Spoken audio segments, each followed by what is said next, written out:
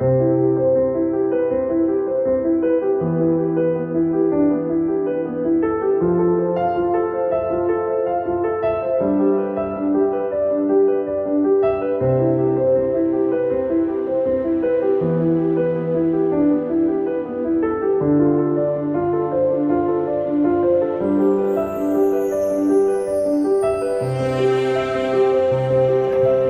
mbere cyatumye nguhitamo ni uko Keti uri mwiza kandi ukwiriye abagabo bose bafite intego z'ubuzima, ukwiriye abagabo bose cyane cyane njyewe bafite gahunda yo gushinga urugo rurambye. Keti, icya mbere cyo uri mwiza, icya kabiri ugira ikinyabupfura, muri make ufite intero nziza, nta na hamwe uhuriye n'utu dukobwa tw'i Kigali twirirwa ducaracara mu bagabo dushaka imibereho ndetse no guhindurirwa ubuzima bwatwo, nta na kimwe dukoze gusa ari uko gusa ngo twatanze imibiri yatwo. Keti, nta na hamwe uhuriye n'ibi bikobwa binini bifite amabuno n'amataye meza, bafite ikimero, mbese b'abakobwa ureba ukarabya indimi kandi ukumva hari ukuntu umeze mu mubiri. Gusa nubwo basa kuriya kandi bafite ibimero byiza, bateye neza, babaho neza, bashaka no kubaho neza ndetse kurusha uko bariho, ibyo byose babikesha abagabo. Keti, aho usanga umwana w'umukobwa w'imyaka 23 akodesherezwa inzu y'ibihumbi 500 n'umusaza kandi akamumenyera buri kimwe, imodoka yo kugendamo n'ibindi bitandukanye. Gusa Keti, nubwo abo bana b'abakobwa bahabwa ibyo byose, nta byishimo bafite. Keti, ibyo bisaza cyangwa se n'abagabo babaha ibyo byose nabo babibaha kubera inyungu babashakamo, nta n'umwe ubibaha kubera urukundo. Niyo mpamvu abakobwa b'iki gihe bangiritse mu mutwe, aho usanga urukundo rwabo rw'uyu munsi ari amafaranga, aho kugira ngo bihangane basenga Imana izabaho umugabo w'ukuri utazababeshya mu buzima kandi ufite gahunda, ahubwo bahora basenga Imana bapfukamye amavi yarakobotse nk'ay'ihene, bashaka gusa ngo abagabo bafite amafaranga. Keti, abagabo batanazi ari uko gusa ngo bafite amafaranga, bambaye amakositime n'amakaruvate n'amamodoka meza bagendamo. Keti, ese warasenze uburyo? Keti, ubu se wowe ko Imana isubije amasengesho yawe, ni ukuvuga ko abandi bo itabumva? Keti, icya kabiri cyo rwose nk'uko nahoze nkivuga nicyo, nta na hamwe uhuriye n'abo bakobwa. Keti, kumva ko ufite amataye, amabuno meza, mu nda zeru ndetse n'ibindi bitandukanye, ibyo ngibyo ntabwo bisobanura ubwiza bw'umukobwa. Keti, usibye ayo mabuno bajya no gukoresha abenshi bakayajyana mu nganda ndetse no mu byuma yewe bibahindura imibiri, nta kindi wasangamo, nta na kimwe. Keti, rero ntutungurwe no kubona narakatiye cyangwa se ntarakunze ibyo bizungerezi, ntabwo ari uko mbiyobewe. Keti, bari abakobwa ubona birirwa bagenda mu mamodoka meza, abandi basa neza, bisiga amavuta y'ibiciro bikomeye cyane, abandi bakarya mu mahoteli akomeye cyane, nta bushobozi babifitiye. Keti, nta na buke. Ubushobozi bafite babuhabwa nk'abantu nkatwe twakimaze twagezeyo, ariko b'abanyangeso mbi bafite imico mibi yo kuryamana n'abana bato b'abakobwa. Ibyo byose rero ntabwo bisobanuye urukundo. Keti, ahubwo ibyo bisobanuye ubushorashozi, ingeso mbi zo gushaka amafaranga mu gihe gito cyane, ingeso mbi zo gucuruza umubiri Imana yaguhaye ngo ubyaze umusaruro, ingeso mbi zo gukoresha umubiri wawe ibidakenewe. Keti, ntabwo byumvikana ukuntu umwana w'umukobwa w'imyaka 19, 20 ajya kwitunaza ku musaza w'imyaka 75, 50, akamubwira ati ndagukunda shu, kandi nkeneye kubana nawe.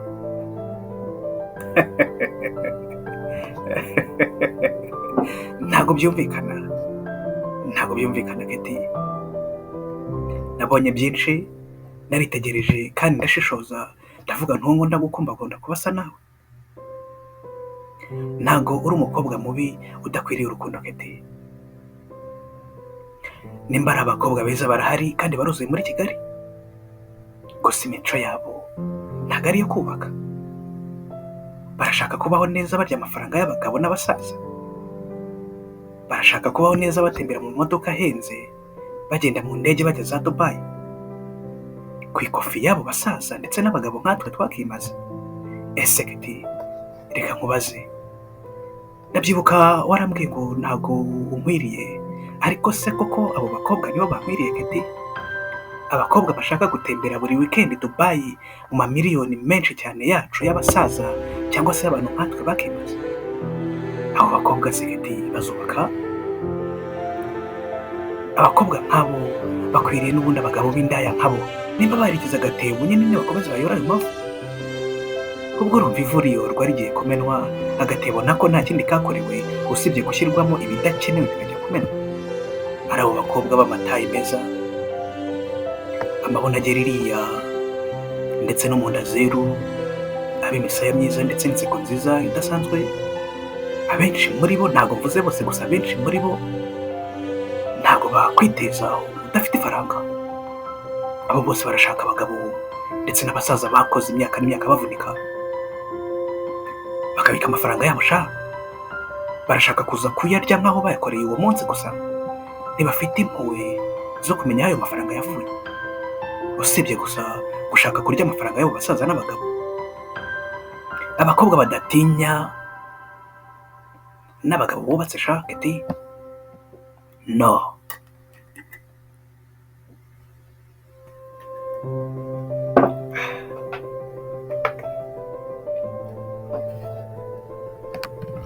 Keti, icyo ni icya kabiri nagombaga kukubwira, cyane ko abo bakobwa usanga banishongora cyane birata, cyane ko nta nicyo baba babuze. Cyane ko abo bakobwa usanga banishongora cyane birata, cyane ko nta nicyo baba babuze. Gusa nubwo abo bakobwa bahaza cyangwa se bagashimisha abo bagabo bakimaze mu mafaranga yabo menshi cyane, bikoreye indwara nyinshi cyane Keti, cyane ko abagabo babaha amamiliyoni nk'ayo ngayo batayabahera ubusa. Abenshi muri bo iyo bamaze kubaha ayo mamiliyoni, abo bakobwa b'ibizungerezi beza bajya kuryamana nabo, kandi ntabwo bibuka kwirinda. Bivuze ko uwagoye amafaranga ye agukoresha icyo ashaka. Ni nayo mpamvu rero abakobwa bamwe muri abo ngabo bafite za sida ndetse n'ibindi birwara bidakira. Nibyo Keti, bafite amafaranga, bafite buri kimwe cyose gishoboka, ariko nta cyizere cy'ubuzima bafite. Ese byakumarira iki gutunga iby'isi byose ariko ukabura ubugingo Keti? Na Bibiliya yarabivuze.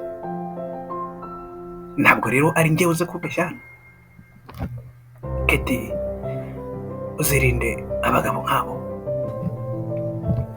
Icya gatatu cyatumye ngukunda Keti, uri umukobwa wo mu cyaro, uri umwe muri bo abakobwa bafite umuco kandi batatatiye igihango cy'umuco nyarwanda. Uri umwe muri bo abakobwa bubaha ndetse bafite indangagaciro z'ikinyarwanda cyangwa se bafite indangagaciro z'u Rwanda z'umunyarwandakazi. Abakobwa bo mu mijyi usanga baratakaje indangagaciro zabo, ntibakimenya ko ari abakobwa, ahubwo barashaka kubaho ubuzima nk'ubw'abagabo babayemo. Rero Keti, ufite indangagaciro z'umunyarwandakazi kandi mu by'ukuri ukwiriye guhabwa urukundo, ndetse urukundo rurambye. Cyane ko abandi batakaje umuco, bavuga imvugo zidasobanutse, ariko wowe nta na rimwe ndabikumvaho. Uri umukobwa w'umuco kandi wababaye. Bityo abakobwa bavuye mu cyaro bazi ubuzima bubi cyane, abo ngabo bakunda kubaka, barubaka kandi ntibasenya, cyane ko baba banazi ubuzima bwo mu cyaro, ingorane zabwo ndetse n'uko bukomeye. Bityo uwanyuze mu kibi ntabwo yakifuza kongera kukinyuramo ukundi. Rero nizera ko umunsi twabanye mu by'ukuri Keti, tuzabana neza kandi urugo rwacu rugakomeza gutera imbere, aho kugira ngo mbane n'abo bakobwa b'ibizungerezi basenye urugo, aho kugira ngo baguteze imbere Keti. Nta na rimwe wagize umugisha cyangwa se amahirwe yo kubaho. Urukundo rwawe ndarwakiriye mu mutima wanjye kandi ni rwiza, ndetse ndanagushimiye bose. Uri umugabo w'intwari. Gusa bose, hari ikibazo kimwe mfite gusa udashobora kwihanganira bose. Ndababaye bose. Ikibazo? ikihe kibazo Keti? Bosi, ikibazo mfite bosi, none se bosi uzemera ko nkunda ndwaye